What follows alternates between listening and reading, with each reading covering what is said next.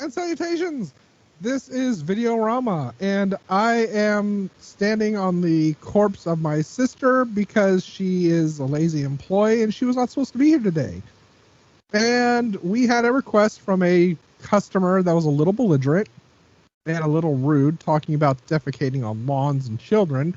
And they were wanting a film recommendation for a movie that, well, real life is the nightmare and the movie is more of the escape. So with that in mind, we ran out of great ideas, but had so many tapes around us and decided we needed the help of a good friend who's with us now and brought in their recommendation to help us with this. And I guess I would like to start off by simply saying, my name was Donnie, but now I am evolving into a being that has never been existed before. My God. And you are Adrian, sir? Tell us your name. Oh, you just press Chris right over. I see how you be. Well, I'm giving him the last spot, the best spot. Oh, okay. I am Howard Phillips Lovecraft, and I have a kitty. Or Adrian. Oh, and you, sir. Excellent. I'm Chris Roberts, but I guess for this week, you could say I'm the gingerbread man. Just like a gingerbread man. That'll be enough of that.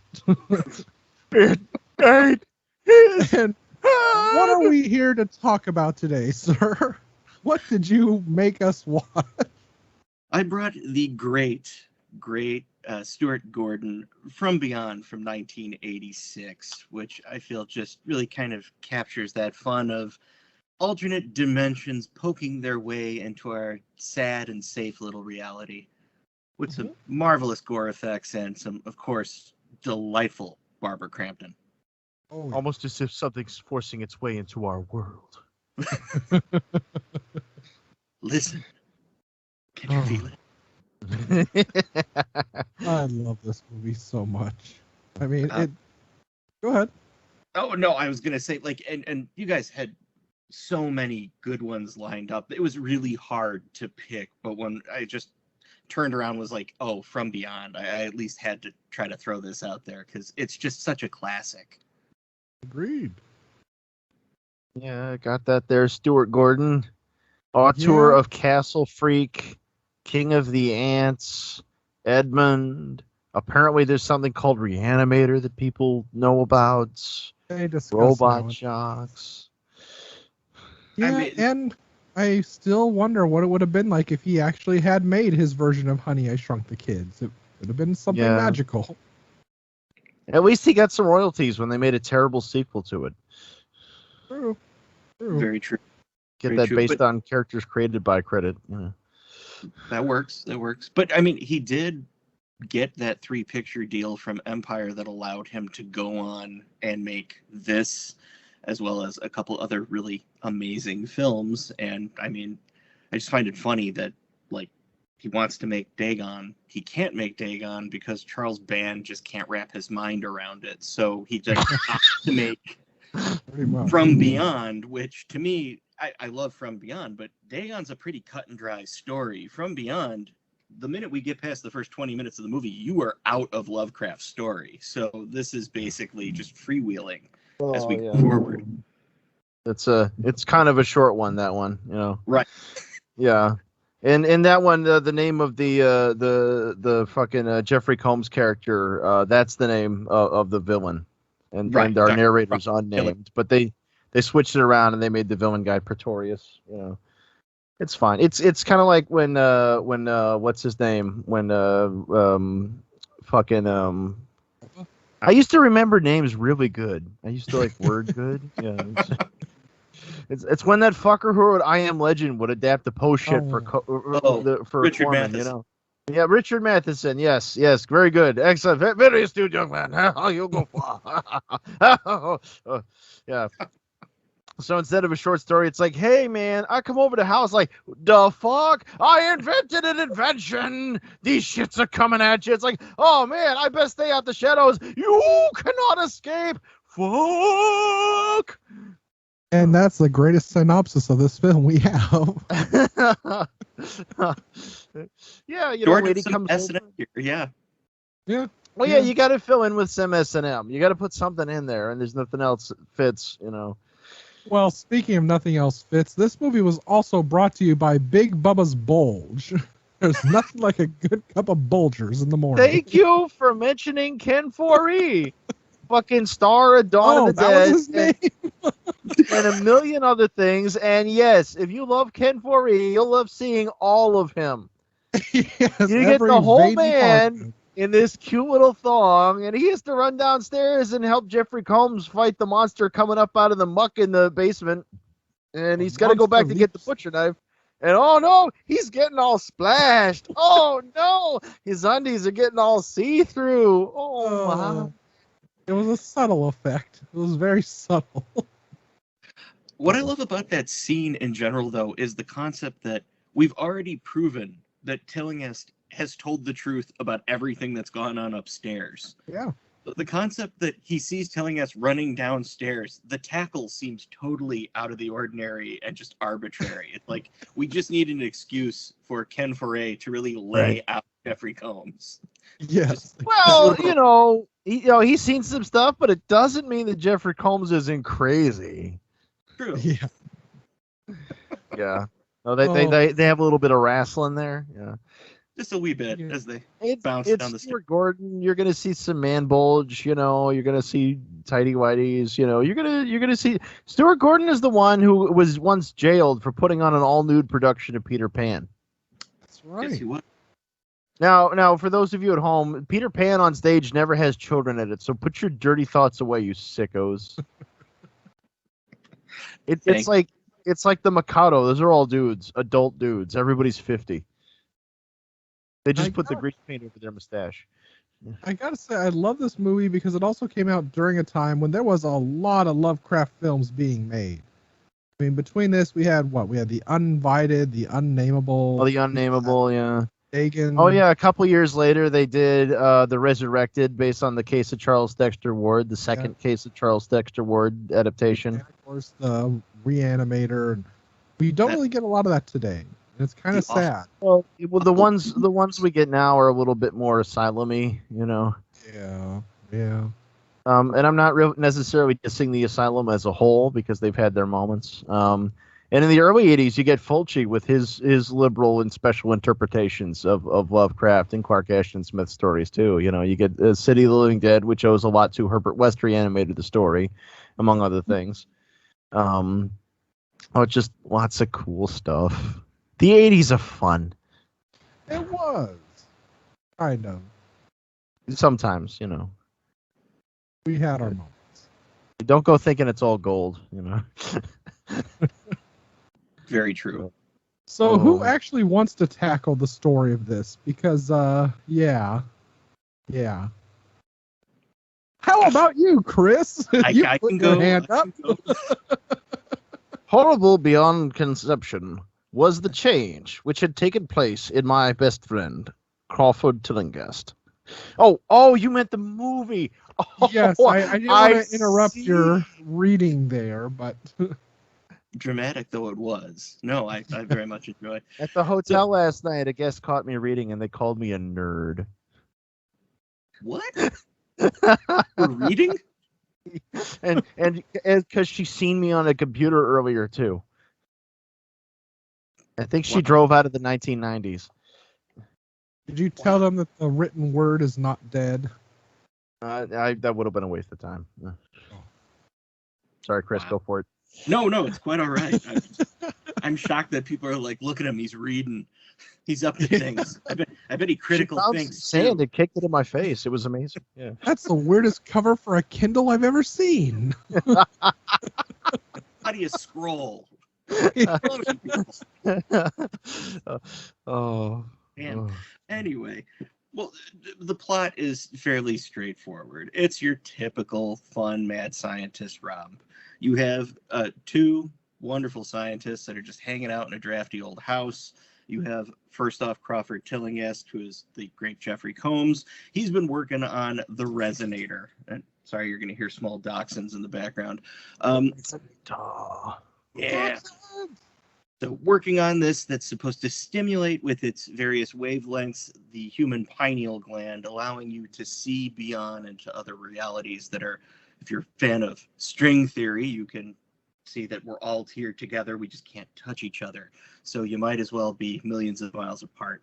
Resonator goes off, and of course he gets to see all kinds of fun things. Toothed jellyfish, some very bitey eels, and of course some horrible, horrible, large, unnamed creature that ends up eating his boss, the sexual deviant Dr. Pretorius.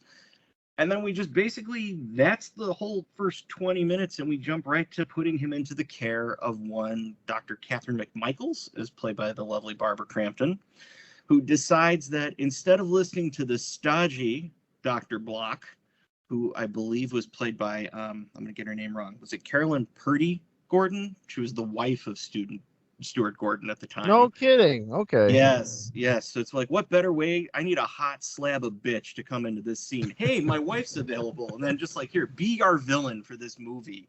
Yeah, Threaten our leads. Did I ever tell you my director wife theory? Is that most directors will cast their wives, but only the great ones cast their ex-wives? Because that's something that Federico Fellini, Orson Welles, and Godard also did. Great company there. Yeah. That's wonderful. But McMichaels goes against the work that Block wants to do because they, of course, think that this had to be made at the height of when schizophrenia was just becoming like everybody's favorite bugaboo with the DSM-4. I think it would have been 4 at the time. I think we're at 6 now.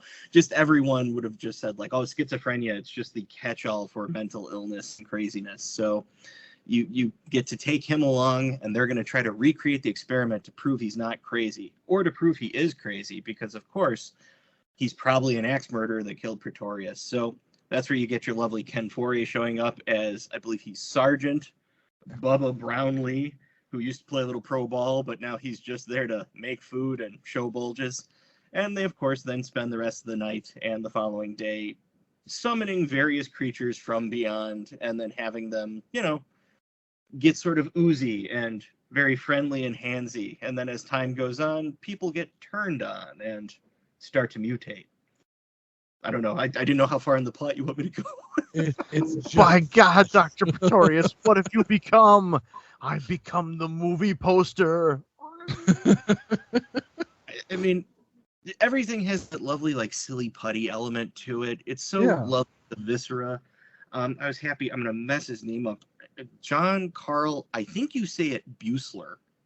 I think like it's a weird pronunciation. You want to say like Blucher, but it's like Buesler did the makeup itself. Yeah. And like he had done I think he directed Troll. He basically, if it was an Empire film or a full moon picture. Oh, okay. All right. So he was in charge of doing the special effects. So he did all the ghoulies, all of those various incarnations and whatnot. So used to covering a lot of stuff with slime. Used to having some real rubbery effects going on, which really gives it that lovely 80s look for me. But I know, again, it's not a sacred cow, but at least it's a lot of fun to... Well, that's how shit's supposed to look, that's all. If you don't like it, well... As long as it works. Right. Trying to convince the kids these days when they can have digital effects, when it's like, no, look at this rubbery... Make it all look fake all the time. Yeah, everything, real life. Just put it in HD and make it all look like a making of. That looks way better. Right. Yeah. But somebody's a bitter old man around here. It's not me, though. No. I wear it on my sleeve. I mean, just everything about it is just so much fun. The mutating of the pineal gland itself, when it starts to actually have an effect. When you get your gummy Cheeto coming out of the forehead, yeah. Well, you do that. My wife always forgets the name of this movie, so the first thing she does is she goes, "Is that this movie?" And just always holds her hand up there. It stands out, And yes, and she's like, "That was forehead penis." Exactly. So don't worry, it won't hurt. Yeah, we're not even trying to hide the weird like phallic representation at a certain point. It's just we'll never hide that. No, it's just constantly popping out at you, looking around and trying to assert itself, which then makes it all the funnier when Dr. McMichaels finally, to protect herself, ends up biting off. It off. Yeah. Killing guest. Yeah. And don't forget, Gordon's an oddity of its own right, but there's also our producer Brian Usna, Yes. who director of Society and The Dentist. Very importantly, The Dentist with Corbin Burnson, which is a very fun movie where they made all the giant mouths. Yes. You get torrents of pus coming out inside this mouth. And the screaming. And even the sequel's fun. It's not good. Oh, the sequel's, fine. It's fine. Like you're there for the kicks, and for freaking Clint Howard showing up, Yeah. Of course. What you doing, Doc? Don't go in dry. Oh my. But I mean, just the film itself, everything about it is it's so much fun. Yeah. And to think that, to give props to Lovecraft, I know he's received many over the years, and my adoration is little and insignificant in the grand scheme of things. But to have a guy that in the 30s is dreaming up the concept of, like, if we make these tuning forks, we can see into worlds beyond ours. And then as soon as you shut it off, it'll go back to being the way it is. Like, it's really revolutionary and a nice way of, like, giving a whole host of 20th century authors a jumping off point. Like, where would we be for, like, Stephen King and other folks, like, as you're getting into this with alternate reality fun? Like, yeah, between him and, like, Abraham Merritt, like, a lot was come up with. There was a big leap forward with that bunch, It's just, and it leaves you with a fun feeling at the end of, like, you're not disappointed with the action that you're seeing, and, like, you're getting a pretty satisfying conclusion out of this film when we finally do confront all of our final monster forms. Right. No, but when you were saying earlier during the crazy not crazy invention debate that this thing starts off with, you reminded me of another movie from the straight to video era that was going on back when I worked at Hollywood Video, and there was a movie that came out called The Devil's Chair. Oh. Did you see that one, Donnie? Yeah, I think I know what you're So that one, starts off, there's a lovely premise where a guy and his girlfriend go into this abandoned building and find this spooky effed up chair. It's got skulls on it and stuff, and she sits on it, and there's this little needle inside of the armrest, and she pricks her finger and vanishes, gets sucked into another dimension of monsters. And then a bunch of people go back there to find the chair and try to study it, and people keep getting sucked over there, and they're in the monster dimension, which is another abandoned building, and it's kind of crude CGI, but it's still kind of a neat idea. And then the movie just turns a corner at one point. It's like, oh, no, he's an axe murderer, and he just invented the devil's chair. He just kills people. It's like, so why didn't you just make a gore movie about an axe murderer and stop leading me on with a devil's chair, you assholes? I want to see freaking devil chair monster dimension shit. Yeah. You dicks.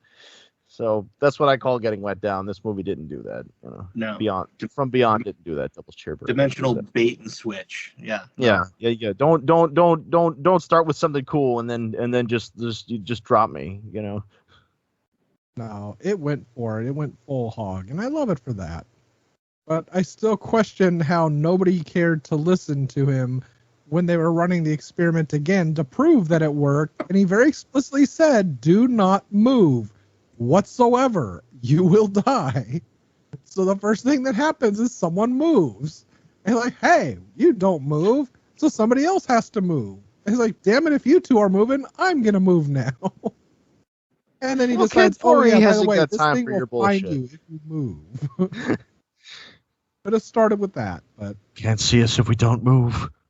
Yeah. It's a dimensional T-Rex. I've got the movie running on the background with no sound, and it's the part where they're in the lab, and it shows the chalk outline of Dr. Pretorius minus the head. That's just awesome. That poor gingerbread man.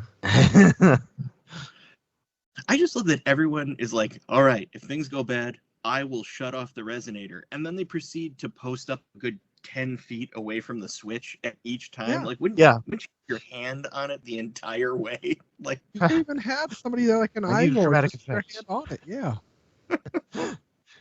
You've always got to sell the drama. It's like, why is it so dark in this laboratory? Like, I don't know, because it's awesomer. Yeah. If they remade it today, they would have it hooked up to an Alexa, I'm sure. True. Or they can't seem to run it during the daytime. It only can operate at night.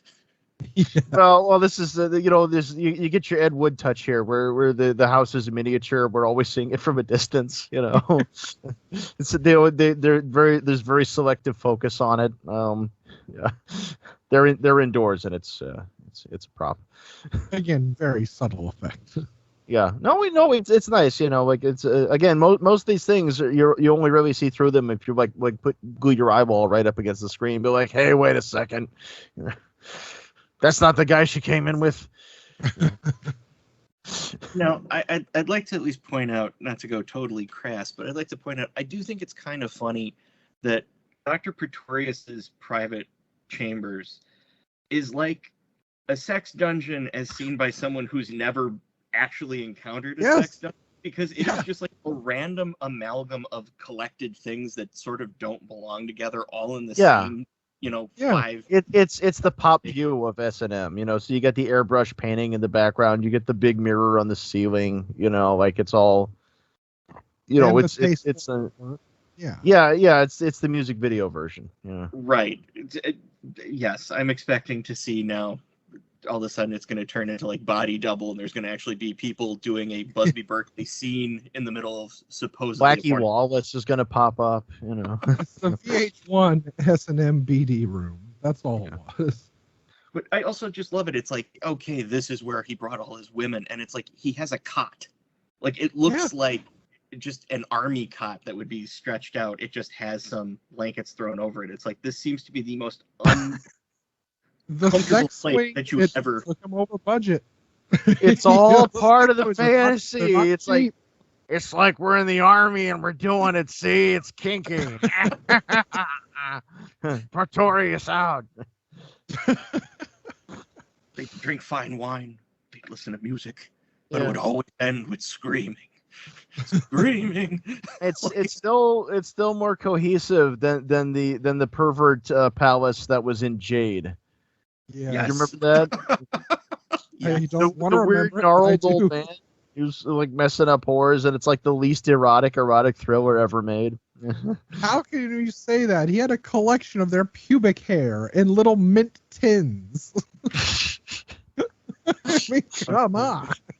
Yeah, at that point, Joe Westerhouse is like, "What? You want me to write more porn? I do one on the crapper." Oh, bless their hearts. They tried. Bless Amy's heart. Yes, let's check in with Amy. Yeah. Amy, what happened? What did you do? Amy, this is serious. Damn it! Where is it, Amy? Where is my money? Yeah, where's that money at even? Oh, I want my money. Yeah, I want my money back. All the general, I want my money. So about money, for some reason this one didn't make any. And this is because audiences are a bunch of jerks and they don't know what the hell they want. And to heck with them. So we're talking about this happened on October 24th of 1986. It cost $4.5 million. You got to pay for those effects some way. And it only brought in the 1.2 million basically. So this opened at number 13. So three movies opened that week. There were a lot of things in theaters, but the movies that opened that week, the Soul Man, where C. Thomas Howell wears race makeup, that was number 3. And Trick or Treat, with the horror thing with cameos by Ozzy Osbourne and Gene Simmons, that was number 5. Number 1 movie that week was Crocodile Dundee in its 5th week, The Color of Money in its 2nd week, and then for number 4 you got Peggy Sue Got Married in its 3rd week, Jumpin' Jack Flash, Tough Guys, the one with old Burt Lancaster and Kirk Douglas, Children of a Lesser God, Top Gun, 24 weeks along, still eating up the box office, Stand By Me, Deadly Friend.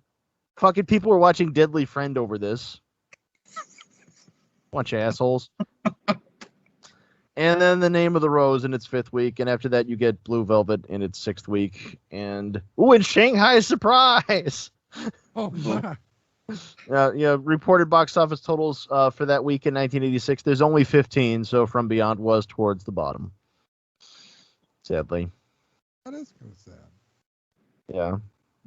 Not that Top Gun isn't awesome, but you might see another movie instead of seeing that for the 6th or 7th time. You know? The most I remember when this was in video stores back in those days was that people used to confuse this From Beyond and with The Beyond. Which are both great. Yeah. Yes. Big fucking Fulci fan. Yeah. Yeah, well, this one had the really distinctive airbrush cover. You get Pretorius with his face, melting into dimensional being there. Like it was pretty cool. Yeah. And that big stinger.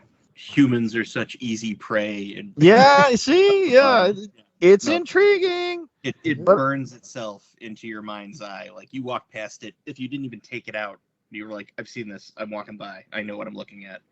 But movies like this, though, like back in the golden age of your VHS, like this was like the foundation of the later straight-to-video market, because you realize, like, you don't even need that whole theater thing. You just need a cool box. Yeah. Very true. So fucking awesome. Yeah, I remember that. Like the little tiny video store that we do over by the Ralphs.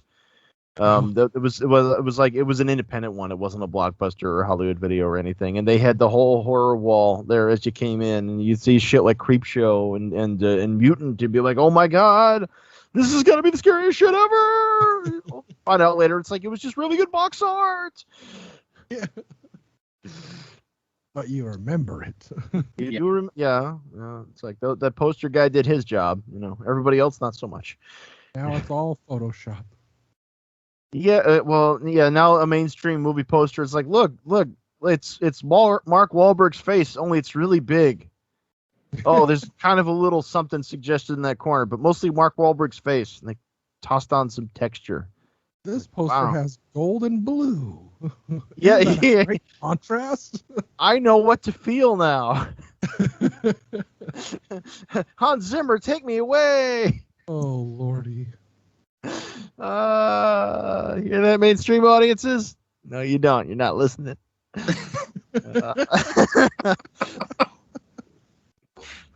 Oh, boy. If Linda was here, she'd know stuff. Yeah.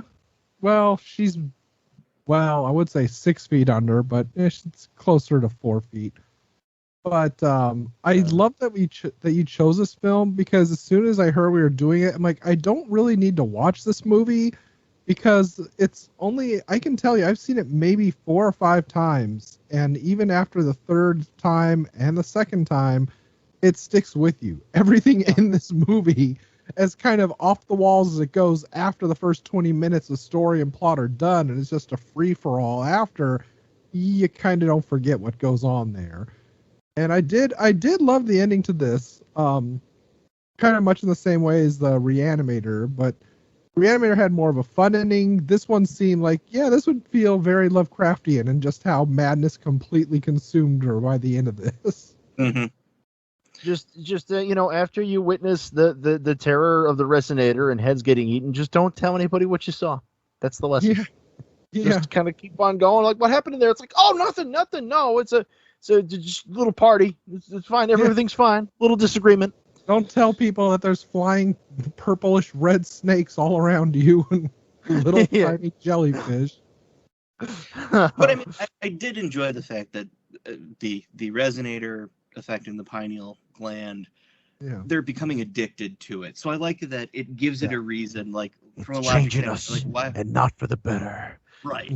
Why would you go back and turn it on? And it's like, I seen it, Doc. Addicts say it. I know what they're doing. You do too. And it's like, interdimensional junkies over breakfast with just Bubba wanting to know loudly, how come I got a hard on when we turn that thing on? As you asked. Well, the man cuts straight to the point, so let's get to it. Like, speaking of pineal gland. Oh, solid movie. Did either of you gentlemen, did you watch the unrated cut or did you watch the standard? I rented it from Amazon, so it might have been. No, that was the unrated. Is that unrated? Okay. Oh wait, no. I watched the R-rated 1 hour 25. Although I honestly think the one I watched on VHS. I think the one I watched on VHS originally may have been the unrated though. Gotcha. The differences are somewhat minimal. It's just a slight bit of more, as you guys like to say, nudity. But just a couple ended shots and some interesting angles. But other than that, it's the MPAA. They just want you to cut frames. They just want to know people are doing what they say. Yeah. It's like no. 3 thrusts. What is this, a porno? The Hellraiser method. Yeah. Thanks a lot, Tipper Gore. Yeah. I mean, at least, although, no, From Beyond never did make the Video Nasties list, did it not? I mean, they were sort of on the back end at that point. No, I didn't check. Almost everything that was a notable horror movie at all in the 80s got Video Nasty status, it seems like. Yeah, I know it was heavily edited overseas in Europe, but not to that extent. Because I actually had a review translated from French about that. Yeah, no, I actually didn't read anything about this one having Video Nasty status, oddly enough, even though they seem to think that just like anything that came out of Italy, it's like, oh, that's going to make people go insane. They'll be murderers. It's like, maybe you just hate the Italians. Maybe that's it. Margaret Thatcher hates the Irish. Both start with I. They definitely don't respect copyright law. What's that? It's a suggestion. Keep going. Yeah, exactly. Well, you want that? You just go to Turkey, though. It's like, let's just put the movie in the background. The Turkish Superman says it's A-OK. Did you ever see the Turkish Star Trek? No. Yeah, they did their own riff on the original series. Oh wow. Yeah, there's nothing they wouldn't try, God bless them. And then there's that one where the evil Spider-Man is fighting Captain America. Oh. Yeah, what are you doing? You can't fit over here, but whatever. On that one, I think in the opening scene, one of them like picks up a speedboat and like takes a woman's face off with a motor. Oh. Yeah. All right. It's gory as shit, and it's only about an hour long. It's everything you need and nothing you don't. I'll have to look for that. That sounds right up my alley. Yeah, just Google Turkish Spider-Man. You'll find it. Excellent. See, and then there's that Australian parody Italian Spider-Man. Oh man. So. Oh. Well. Yes, Adrian. I keep fading in and out. I think my situation's shorted here. It's okay. I can tell you it's not my cat who will not be dissuaded from moving across my keyboard here. Oh yeah, lift up your cat. Okay. Come here. Oh, come here, fluffy butt. Can I get all see-through? Yep. Yeah. See-through. It ate his head. Who opened the resonator again, damn it? No. Interdimensional means, magenta. That's how it works. You can't go interdimensional without magenta. Hey, it worked in Color Out of Space. Or as the critics of Color Out of Space said, it's all pinky purple. What the heck? Yeah, it's a shade of purple that's never existed in our world. Apparently. I don't like it. Makes me feel like I went to mall. It makes me feel funny. Speaking of feeling funny, I guess it's that time.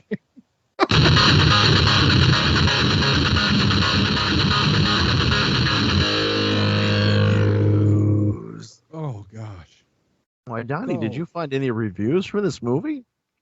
I found the most helpful reviews this time. Okay. Because I was really curious what people felt helped them to decide not to watch this movie. I'm always a little disturbed by what people found helpful. Oh, I actually chose this because I felt you would enjoy it. Because this person felt that they were not only a Class A reviewer, but also comedian of their group. Pre-warning, this is a dissertation. Okay, go for it. The chosen film for the crappy movie night this past Friday was this H.P. Lovecraft adaptation from the makers of Reanimator. There's a reason for that. Now, here's where I'm at a loss, describing the plot. I wouldn't know where to start, so I'll break it up into little blurbs. Two scientists created a machine called the Resonator. Its desired effect and purpose is to stimulate the dormant pineal gland in the human brain, making possible to see the beyond, the external aesthetic offerings of a third dimension. Instead of the machine offering simple sight, however, its desired effect and purpose, it elongates the pineal gland into a freaky-looking worm-type thing that protrudes from the center of your head. Apparently, it's some kind of third eye. Another side effect, it causes sexual overload, madness, and possibly, it's never really stated, opens up a door to another place fittingly dubbed the Beyond. Convenient, isn't it? I don't think it was, but okay. Now, being a novice in the field of Lovecraft, I'm hesitant to make this observation, but here it goes.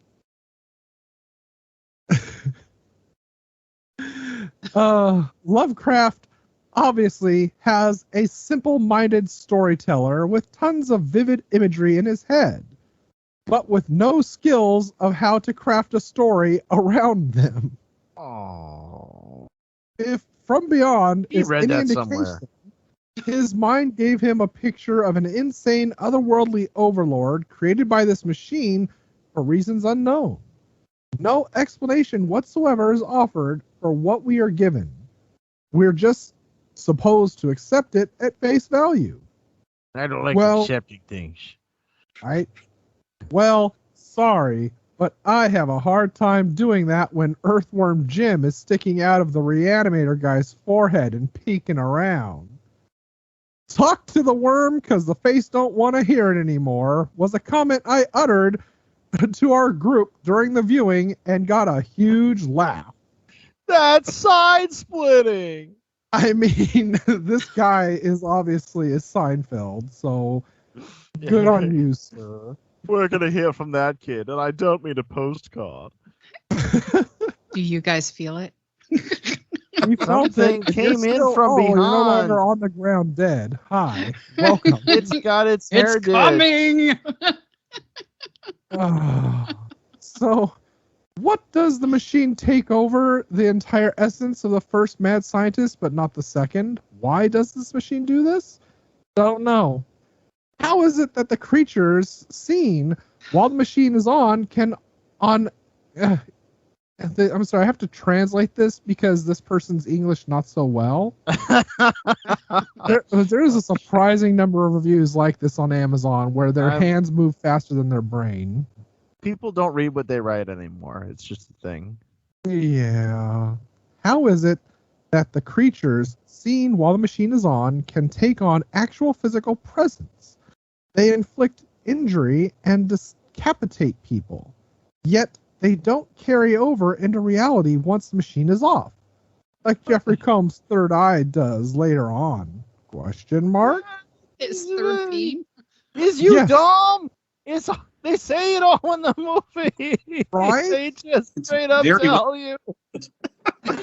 These are questions that director Stuart Gordon and producer Brian Yuzna, who directed the superb The Dentist, aren't interested in answering. They expect us to leave logic at the door and be taken along for the ride of this ludicrous story.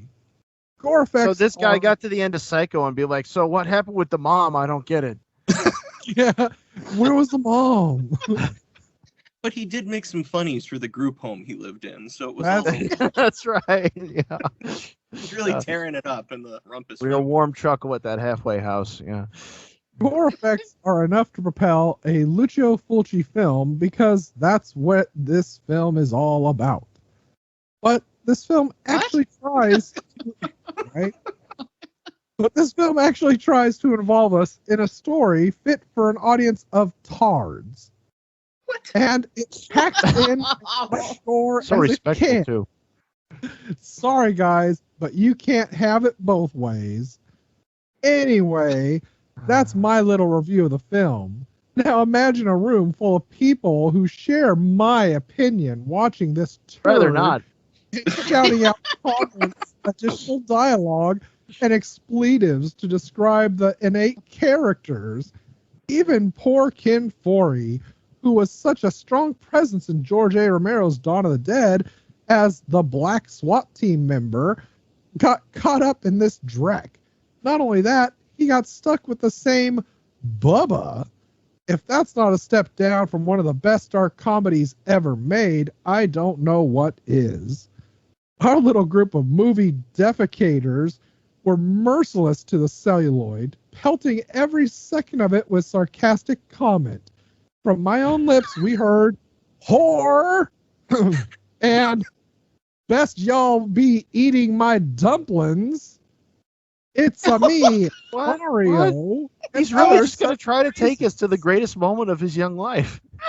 This is I ripped the shit out of it, you guys. I was a champion. Oh my god, you guys should have been there. Screaming to hang out with me. Allow me to And then quote I me. said, yeah, It reminds me of a great quote I once said. Lovecraft stories have a history of bad film adaptations. This one and another Usna-produced film, Necronomicon, being the most obvious examples. They should really learn to leave well enough alone. this The guy best should watch some of those Lovecraft Lily film Lamel to ones. date wasn't actually a Lovecraft film. It was John Carpenter's In the Mouth of Madness. Now ain't that a slap in the face? Well, it's nice to know that the Proud Boys get together and have these events. It's like film watching Hey, events. you can laugh, but this man had a room laughing riotously. Oh. How do you like them biscuits? Well, let this be a lesson to anybody out there writing some reviews. Just having seen a lot and dropping some names does not necessarily mean you have taste that's worth the shit. No. Now, wow. that review had about 10 people that thought it was helpful. They were the 10 people who watched the movie with him. Yeah. Yeah. The Bukkake Fest that was. He said it next himself. most- Everybody in that room loved him. The next most helpful review is I found this movie one time by YouTubing around looking for similar films like Reanimator and other sci-fi horror films like Alien, Galaxy of Terror, and whatnot. So I found this title. I thought it was going to be literally the number 2 and the letter B. Oh, Prince boy. wrote this. But wow, was I wrong. The special effects are good awful and cheesy. Good awful. That's not like Come movies on. like Alien or Independence Day, where the creatures were created using practical effects. Well, it looked great. The production value These are of the practical set looked so freaking tacky and hokey. One of the actors was from Dawn of the Dead, but he was nothing like the character in that movie. Bring yourself a physical and avoid this What garbage star? at all cost. He might have a Oh my name. I don't God. know. Yeah. I used to be the same guy. Maybe his name was Folgers. I don't know. Now, I don't have to read this, but, and this is surprising still, the most helpful review on Oh, no. Amazon for 1 star with 45 people agreeing that this was What? helpful Whoa. was in French. And it doesn't even really pertain that much to the film other than this Actually. person's being disgusted with the crime and scam that was the release of this film. Oh, we don't get to have like Crime and your fiance do a special reading for us. No, my fiancé does not need to. Fine. But Mondo if Foutoir! you hear this, I can read it as I translated it because I wanted to know how 45 people found this helpful, unless it was just everyone in fucking Europe that saw this and said, you know what? We agree. God damn it. Okay, let's go. Let's go. Everything has been more or less said in the comments and customer reviews here and elsewhere. Mastered in 1080p. Censored version, bonus. You said bonus? Frankly, you might as well leave nothing out and leave the field open to other French editors much more serious than with you, Sedonis. A shame, quite simply. And frankly, I have the big balls. I went for the age in VF to rent this. I had taken the UK Blu-ray, like many in the meantime, and to know that From Beyond will go out in French Blu-ray, I was in heaven for a few days. But the dream turned into a real nightmare. It turns, see, it goes into If I only had a nickel for every time I said, and frankly, I have big balls. Oh, big balls. To be frank, I have big balls. The worst of this dream was all the lies before the official and commercial release of the title. Indeed, the publisher and certain magazine communicated the various press services and sites the information that the film would be released in 1080p for a duration of 86 minutes in a so-called European version. And anyway, no Blu-ray version to be released in the world before has been edited in a cut version.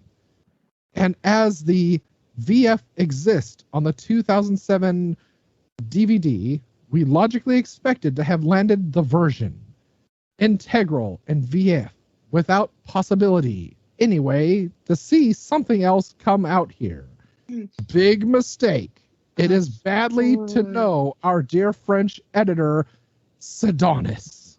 For the Fuck you, listeners Sedonis. who are not familiar with French and the term VF, it means virginal fluids. Oh. Moreover, the height of the scam. The Blu-ray jacket itself indicates a duration of 87 minutes. This film actually turns out around 81 minutes for our censored French edition.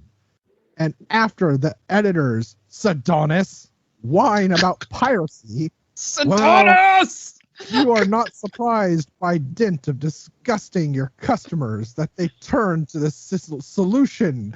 And the crowning glory in all of this is that precisely the 1080p uncut version plus VF was made by fans long before this official video release.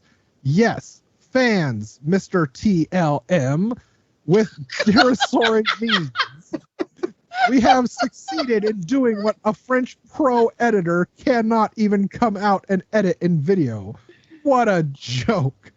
Personally, for me, it's over. I see a future Sedonis title to be released. I am now passing it directly. I don't know if I just had a stroke or if you did. It's likely we Clearly both one of us did. did. Your days are fucking numbered, Sedonis. You hear me? Sedonis! 45 people found this helpful. Of course. 40 fucking 5 people. French people were pissed off about some kind of Blu-ray censorship, evidently. Apparently, Sedonis is not welcome in that country. They will. Well, nope. Best fuck off across the Alsace-Lorraine, piece of shit. Oh, I'm so confused. right? And it wasn't my bad English either. That's what's horrifying about this. But I'm having the big boss. Frankly. Sedonis, he would die by my hand. Sedonis, damn you and my big balls! You have the big balls. You could have just thrown in like old high school French instructions, and it would have been about the same level. Like just ouvrez le livre à la page 36. Sur la table. Abusafou, alphaville. Où est le poisson? His impersonation. Oh, God. Silly. It's just like pizza balls. It has a certain, I don't know what. Je suis un ananas. Oh boy. It's a little weird that they're censoring shit. This is the country that gave us Irreversible. Right? Yeah. Which really, well, not only irreversible, but Well, inside. yeah, I mean, all of Gaspar Noé's movies. Yeah. I was happy Unfortunately, to they also see. gave us that fucker who did the Fifth Element, but you can't have everything, you know. I like the Fifth Element. Whatever. Yeah, it's because you're really milquetoast. You and Mila Jovovich. The director, so Yeah. Thank you. I can't remember his name right now. Maybe it's because he doesn't matter. Maybe you don't matter. Fuck you and Mila Jovovich. She wrote in on. No, I'm not a fan of Mila Jovovich. Let's get that straight. She I'm not. sucks. She's no. But I do enjoy the movie. I mean, what's not to enjoy? Everything. Well, Yeah.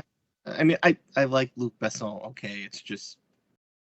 I'm not saying he never had his moments. I'm saying that on the whole, no. he just produced a bunch of crap to export to America, like Lockout. You know what I mean? Like, That and you know, the like same metal story over and over again. yeah. Funding each I mean, time. you know, Yeah. La Femme Nikita, it's a good movie. You know. Yeah. And he produced some good things along the way, but then there's Lockout. Yeah. Lockout's not okay. But it's a peacekeeping mission to a prison. Clearly, prisoners have that kind of political sway to change the course of an election. I'm gonna be dreaming of you, girlie. I was really happy to see all the connections to Full Moon with this movie. yeah. Well, yeah, because Stuart Gordon and Brian Usner are kind of the cream of the whole Full Moon crop there. And you get like Charles and Richard Dance involved. I mean, that made me happy. Yeah. Good times. But Yep, the creators of Metal Storm, the destruction of Jared Sin. It's a cleanse. So, having come back from And the Tourist dead, Trap. Linda, can you tell us if there was anything in the Beyond that you saw? Yeah, I Besides was. Moses? I saw a bunch of haters saying like, I didn't like that Castaway movie because Tom Hanks wasn't Forrest Gump. He wasn't the same guy. Was there a guy telling you, best y'all be eating my dumplings? And we all laughed. It was a shame that they called him Bubba, but now I'm going to make some Southern generalizations. Ah! Well, I did realize watching the film that two very important things. First of all, that apparently I have a thing for hairless reanimator being birthed. Yeah. Herbert West, yeah. Apparently that did something for me, and Bubba killing a shirtless, almost nude Bubba, killing a monster. That was yeah. I learned a lot about myself. You got all of Kent for me. I learned I still have not stopped laughing inappropriately when Bubba dies, because it's just the most amazingly beautiful thing to see a skeleton that's not even sized to his body in frame, Yes. wiggling and jiggling on the ground with his actual head. You don't know how big that's going to be until you get it stripped off the flesh. Who can say? Yeah. Just a little. It's just flesh. Just flash. I don't know how to make love. Perhaps you could teach me. What are you going to do to me? I'm going to kiss you. I know you can show me. Oh, The five senses weren't enough for him. More. It turns out that was Bruce Willis the whole time. Oh, you Oh. never You just brought asked if pleasure. anyone want to hear my harmonica? And you're like, no. Talk about I really don't. It's a resonator. We can play here. Right? Yeah. A fish is an animal that swims in a brook. God damn it. I watch everything with closed captions, and so I loved in the beginning it says resonator sounds. I'm like, oh, okay, gotcha. It invites you to use your deaf imagination. Resonator sounds. Got it. I leave the captions on, but I get really upset sometimes because a lot of them were automatically generated, and so sometimes a word will become 2 different words. Sometimes people's names become 3 words. It's no quality control on that. And that's like what brings us to our last episode with Pan's Labyrinth, where Del Toro wanted to do all the captioning himself. Yeah. Kudos to him. You can't blame him. Yeah. Can we actually call Bubba's meal dumplings? Because that seemed more like biscuits. I thought that was rubber beans and biscuits. That's what I thought too until you saw it. I thought it was a bunch of cauliflower, but I wasn't there, so I don't know. But I also will note that he did, in fact, eat 3 biscuits that he made, and everyone else got 1. It's very telling. Yeah, it's very deliberate, the plating. It was like he does it with such gusto and grace, and then the post-plating wafting to his nose. Yes. Is like, you just plated it up. Eat it, but don't sit there and just like hey, smug over your handiwork. Like Ricky Nelson said, you can't please everyone, so you got to please yourself. That's true. I suppose sometimes at the table. It's the theme of the movie. It's all about the pleasing. That's the reason for the season. Yeah. Hey, It's pleasing. Donnie, are you a mad scientist? Uh-oh. Or do you mean something of a doctor of some kind? Like Dr. Herbert West? God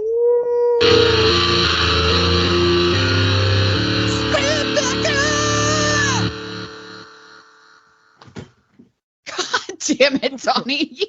Who's going to lead with this one? I'll go. Okay. Right for the trailers into our hearts. This is such a classic gothic tale. I figure for Dr. Tillinghast, I would cast Joseph Cotton. Ooh. I figured Pretorius would be Orson Welles. I figure we get Agnes Moorehead for Babe Psychologist. Get some Stanley Cortez photography on there, and maybe Delbert Mann for the director, so really shadowy and shit. Nothing would be magenta anymore, though, because my version's black and white, just saying. I thought you were going to say Delta Burke. I was like, fuck it, all right, I'm there. Let's do this well, thing. she's real old. Maybe she's there. She was around in the 40s being like, I'll be the babe. The babe with the power. I already talk like this, though. Take me to the Piggly Wiggly. That's Delta Burke. That's how she talks. I believe. All right, someone else. I'll go. Okay. Dr. Lou Albano is up to no good as he works alongside the $1 Million Man Ted DiBiase, attempting to open a doorway between our world and the 8th sense dimension, the sense of wealth. But his plans soon find a knot in the power cord as the newly hired maid, Cyndi Lauper, stumbles onto their scheming plans and alerts none other than the cream of the crop macho man Randy Savage, the American Dream Dusty Rhodes, the Birdman Coco Beware, and of course, the man second to Jesus himself, the American who bleeds yellow and red, carrying the mountain of power in his thighs, the one and only Hulk Hogan. With special appearances by Rowdy Roddy Piper as a dimensional jellyfish, Jake the Snake as a phasing serpent, and Jake. Bobby the Brain Heenan alongside the greatest evolution ever to exist in any realm, the narcissist Lex Luger. All starring in WWF's Beyond the Mat. See it Sunday at the Anaheim Convention Center. Sunday. Oh my word! Nice. I like wrestling cartoons. I'm sorry. You All should good. be. I guess I'll volunteer as next tribute. Mine is, as usual, not nearly as well thought out as your guys's. Does it have Muppets? No, not this time. Actually, I'm just making it an origin story of one Dr. Harleen Quinn and Brainiac. All right. It fits. It fits. So I'm sitting. Then Chris, sir. All right. See, for me, I don't think this is a movie that technically needs to be remade, but if you were going to do a recast today, I would want them to really have some fun with it. Now, unfortunately, I have loaded this after I looked at the list I made with a bunch of Marvel people, which was unintentional, but I think it fits. So I'd want to have like James Gunn directing with his trauma past and really doubling down good rubbery practical effects still. Works for me. I like it. I would like to have Tillinghast played by Tom Hiddleston doing a real slow breakdown. I would like Michaels to be replaced with Christina Hendricks, because you have the whole boom truculus side of things, and I think she'd be game to play and really have fun as a scream queen, because we've seen her do a bunch of serious stuff. I know this might seem pandering and playing to this crowd, but you have Ted Sorrell in the original. Who's going to out crazy him? Nicolas Cage. Bring on Dr. Pretorius as Nick Cage. Because then the whole, face melting off with touch, having him grope various people. A literal face waterfall. For me, it was like an homage to At Midnight I'll Take Your Soul. I always wanted to do a picture like that. It's just another Tuesday. This is just assuming he doesn't play Dr. Pretorius all the time. His everyday life. Or you go through all of it and there's like no Pretorius. He's just the janitor who wandered in and it just happens. He's just some really kinky guy who's there. But now he's got a mullet and he's a trucker. Over by IKEA to set up the sex dungeon. You'll be screaming later. You're going to need more rebar to hang this thing. Did I mention I'm a veteran? Oh, what's this switch do? And then that being said, you have to have somebody come in to play the Bubba role. I'd plug in, like, who's young and can do it.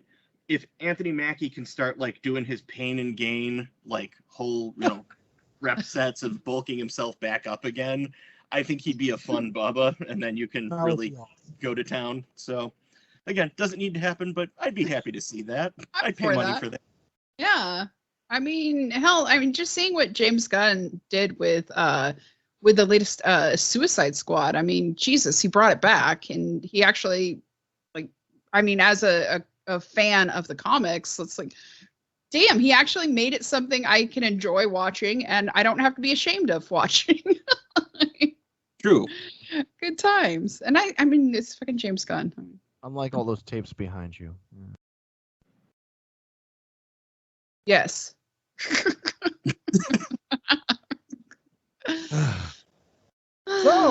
So From Beyond. From Beyond. It's From Beyond. I even see the name in the title right in there. Now, we already discussed it at length, and we went over every inch of it we could. But I know that we would be remiss, Linda, if you did not talk about Bubba and his commanding on-screen presence before we wrap up. I mean, what's there to talk about? I loved him. I was here for him. Oh, you can find us. I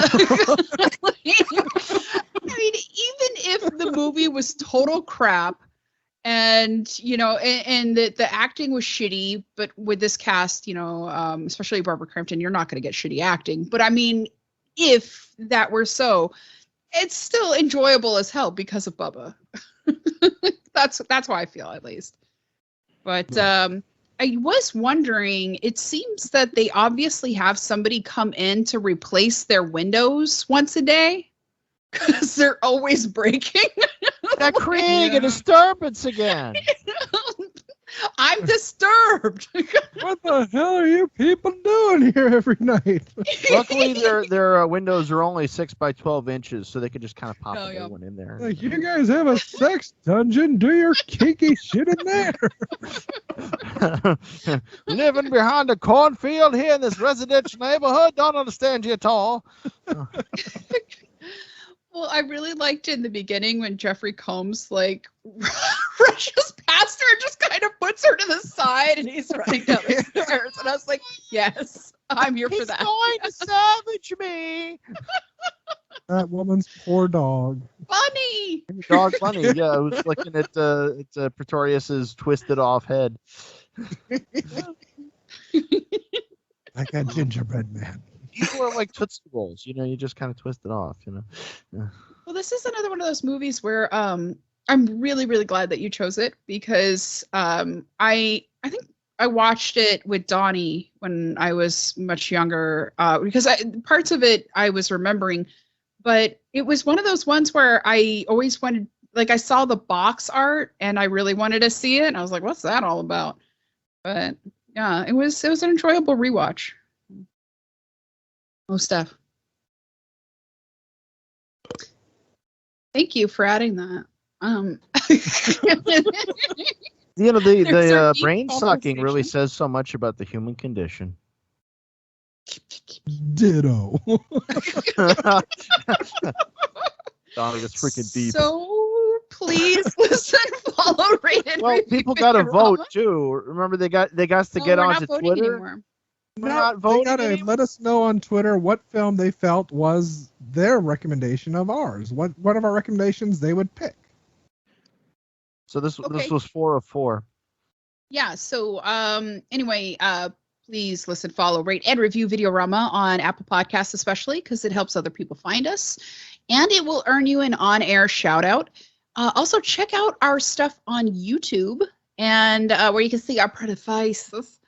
Also, check us out at Patreon at patreon.com/VideoramaPod. And talking about the on-air shout out, I would like to take a moment to apologize to Chris, to Chris's wife, to my husband, and my children, Shanks and Rolfus and Rolfus, because I think this is in our last episode. I was giving you a shout out for giving us a great review, and then I believe I referred to you as sexalicious. So I'm not taking any questions at this time. I would just like to focus on building my relationships back with my family. Fair enough. Getting I must right have been in with the God. bathroom at the time. I guess I could answer to it if called, but thank you. Regardless, thank you. I was just so happy we finally got a shout out to give. I got a little too excited. Did you pee yourself? Was that just like locker last room time? talk there, Linda? Last time I did pee myself. You gotta go back and You watch got the that wrong video, kind of everyone. listeners on that Pan's Labyrinth episode. I was coughing so hard I couldn't help it. No, you're not, Linda. It's a good thing we're not on Twitch. We'd be banned right now. Oh my God. You can also find us on Fans Only or OnlyFans. Oh, I thought they For the neutered that time one. They being. took away all the swimming pool and pee. Yeah. Yeah. Well, Chris has his sewer bros picture, right? It's true. It's true.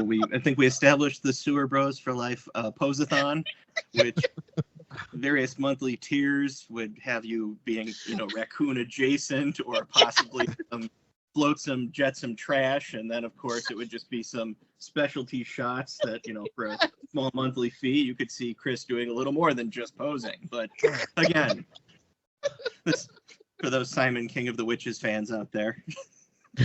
So. That was still my favorite episode recording of Bed Knobs and Broomflicks was the Simon King of the Witches episode we did with Chris. It was Yeah, you're it was welcome. fun. Oh, no.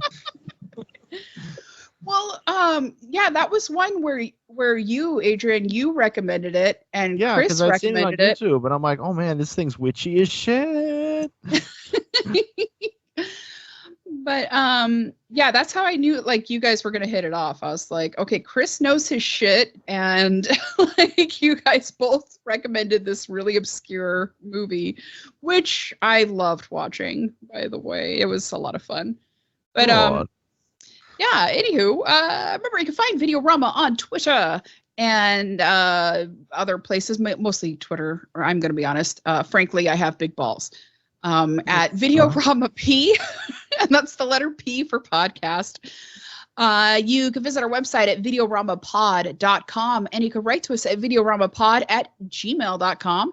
If you visit our Twitter account at Videorama P, you can take part in that poll that Donnie and Adrian were talking about for your favorite recommendation this month. Having been Reality is the Nightmare. Check out my other podcast about witches in history and stories of Almuja, Bedknobs, and Broomflicks. You know it's enjoyable because we got licks at the end. Adrian, where can the people find you? Oh, I'm around. I'm still lurking on the DeviantArt as Leo the Fox, LEOTHEFOX, all run together, all lowercase, all one word. You could be checking out my 3,000 artworks and stories and chapters and various sundries and things. And you could go look at my YouTube under A.A. Smith, where I got me them cartoons and me complaining about books that are 200 years old that you never read. And on the Patreon as Leo the Fox, you need to come on there and give me some dollar dues because there's stuff there you just ain't gonna see elsewhere. It's good quality stuff. It's some stuff. Yeah.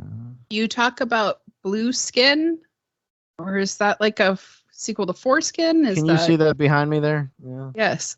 That's an Edward Viles Penny Dreadful from the 1860s. He was the creator of Black Bess or A Night of the Road, A Tale of the Good Old Times. Oh. He would take stories of highwaymen from the early 18th century who really were around and got hanged. And by the 19th century, people were like, that was a long time ago and I'm not scared of them anymore. They're heroes. And so people like Jack Shepherd and Blueskin there all of a sudden is like, oh, these guys are awesome. They had pluck. Oh, and they were so English. They were so English. It's insane. I know. Not just the little English, y'all. They had that English brand pluck. I know, right? This is the kind of stuff that George Orwell complained about quite a bit because it was pathetically nationalist. But it's fun. Donwald? I am the Unreal Goals over on the Twitter as well as on the YouTube, where I'm doing things and coming up with scheming of things because October or Spoopytober is coming up. I also do reviews on Cage's Kiss, which you should check out. I also am still Gar the Twi'lek on Instagram. Sounds about right. And I'm your local trash panda hanging out at St. Vinny's. So, yeah, leave me your video cassettes and no one gets hurt. And Chris, our brother from another mother. Thank you, guys. Well, I Saw It on Linden Street. We're dedicated to the joy of finding an appreciation in cult films, exploitation oddities, beloved classics, and all points in between. We're a one-man show, but it's a royal we because it's me and the two LSCE dachshunds who you often hear shaking themselves around behind me. Our releases to Mondays, and we attempt to keep things fun with monthly themes. Example, September's wrapping up. We've been doing Acceptable in the 80s, which has been our fun, weird things that we feel would only pop up in that select decade. So we had The Beast, Megaforce, Red Dawn, and then Wolverines! Wolverines, Megaforce, yeah. So and then despite official denial. Or as my wife always gets it backwards, so she'll say words, not deeds, and I have to be like, no, hun, no. No, well, the way the movie's structured, it kind of really is words, not deeds, but that's okay. But it's like we also like had a G.I. Joe cartoon, you know. Oh yeah, no, most definitely, with lots more spandex and rocket bikes. It's But we had a special guest, Dr. Chance T. Worm, joined us to sit down and talk about Raw Force, which is another fun one. And then October coming up, we're going to have our theme is Tastes Like Chicken, and it's our salute to a month of cannibal films. So hopefully people might want to come and join us there. You can check us out. Our website is lscep.com. Our email is lindenstreetcinemaexperience@gmail.com, and you can find us at LSCEP on the Twitter and LSCE_podcast on Instagram. See, I screwed all this up the last time, so I was prepared, like I was going to do anything. Because last time I was like, what is my email? Do I have a show? Where am I? So this has been a lot more fun and free-flowing. So after all you guys, thank you. This has been a blast. Thank you. you. Yeah. Yeah, I've been like bugging these guys for the longest time. I was like, we need to have him on. He is the fourth cage. I'm down to play anytime you guys want. This is a blast and it has been a lot of fun. And I feel I'm in excellent company because you guys have had excellent people on thus far. And hey, I mean, you're slumming as far as I'm concerned with me. So this is Right. So you wish to play with us? Do you want to play a game? And it's just like, do I? Sure, yeah. You opened the box. You play a good game, boy, but the game is finished.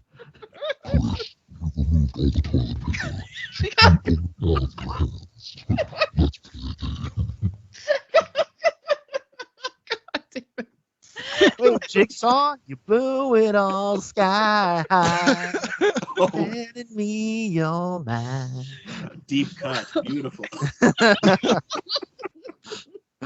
Next week, Adrian will be starting us off, right? Yeah. Oh. Yeah, Adrian's going to be starting us off next week What with a new topic. No. Oh my God! No, Yes. I don't know what's happening next week. I am. Okay. No? What?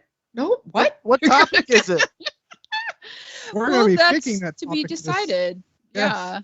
We have to consult with the elder gods. Either way, next week we're going to be opening a new month with a new topic, a new theme.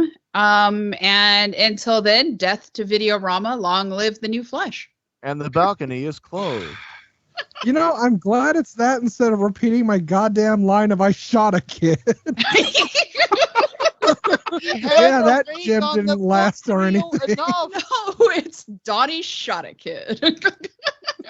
Yeah, there's a reason that nobody follows the career of Stephen E. D'Souza. Just saying. Trailer to your heart. Peace out. Dance without rhythm. Oh, Lord. All right. Linda Pete herself, everybody. God damn it. That's a tagline. I had bronchitis. I was laughing and coughing so hard. Stop judging me.